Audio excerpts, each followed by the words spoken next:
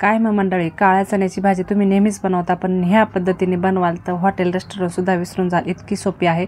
Hotel रेस्टॉरंटमध्ये बनते ना त्याहीपेक्षा एकदम अशी मस्त आपली काळ्या चण्याची भाजी झाली.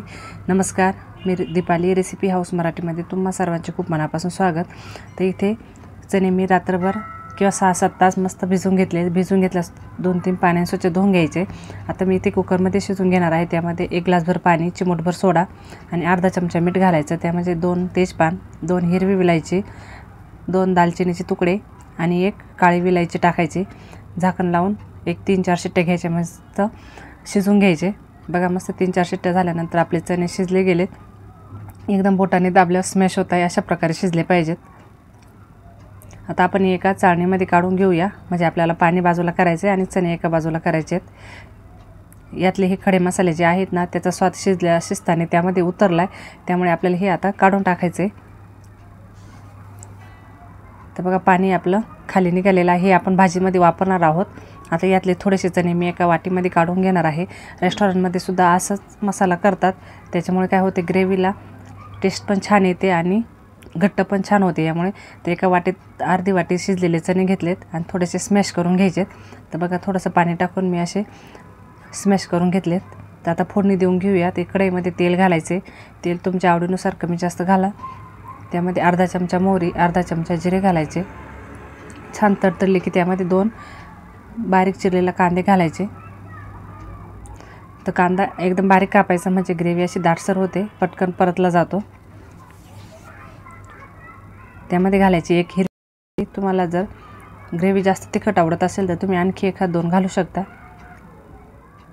त्यामध्येच आपण आता आलं लसूण पेस्ट किंवा ठेचलेलं आलं लसूण घालायचे. शक्यतो आलं लसूण पेस्ट फ्रेशच घाला, त्याने चव छान येते. ते पण या कांद्यासोबत मस्त परतून घ्यायचे.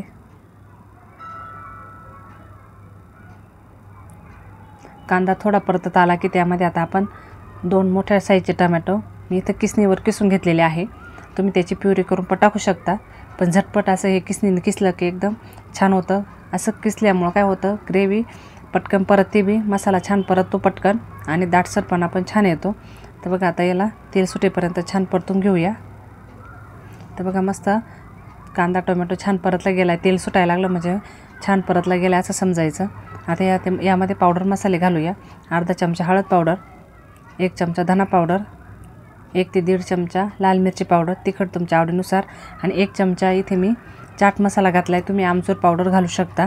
दोन्हीपैकी कुठलंही एक घालू शकता, कारण याच्याशिवाय ह्या भाजीला चव येत नाही. त्याच्यामुळे इथे महत्त्वाची टिप आहे की दोन्हीपैकी कुठलाही एक मसाला तुम्हाला इथे घालायचा आहे, तेव्हाच ही भाजीची रेस्टॉरंटसारखी चव येणार आहे. तर बघा मस्त तेलामध्ये सुके मसाले पण आपण फ्राय करून घेतले. तुमचा जर मसाला जास्त कोरडा झाला तर तुम्ही थोडंसं पाणी टाकून फ्राय करू शकता. आणि ते मसाले परतल्यानंतर इथे मी अर्धा चमचा आपला गरम मसाला घातला आहे. गरम मसाला शेवटी घालायचा, म्हणजे त्याचा स्वाद छान येतो. तर मस्त आपले मसाले परतले गेले. आता त्यामध्ये आपले शिजलेले चणे घालायचे आणि आपण जे स्मॅश केलेत वाटीमध्ये ते पण चणे यामध्येच घालायचेत लगेच. आणि जे पाणी काढून घेतलं होतं चणे शिजल्यानंतरचं ते पण लगेच टाकायचे. आता तुम्हाला ग्रेव्ही किती घट्ट पातळ हवी, कशासोबत खायची, भातासोबत, पुरीसोबत, नानसोबत, पुरीसोबत किंवा चपातीसोबत, त्यानुसार तुम्ही घट्ट पातळ करू शकता. जास्त पातळ करायचे नाही, चणा मसाला हा घट्टच असतो. आणि आपण शिजताना मीठ टाकलेलं होतं, त्यामुळे मीठ अंदाज घेऊनच टाकायचे. 1 चमचा मस्त कसुरी मेथी अशी हातावर चोळून घालायची.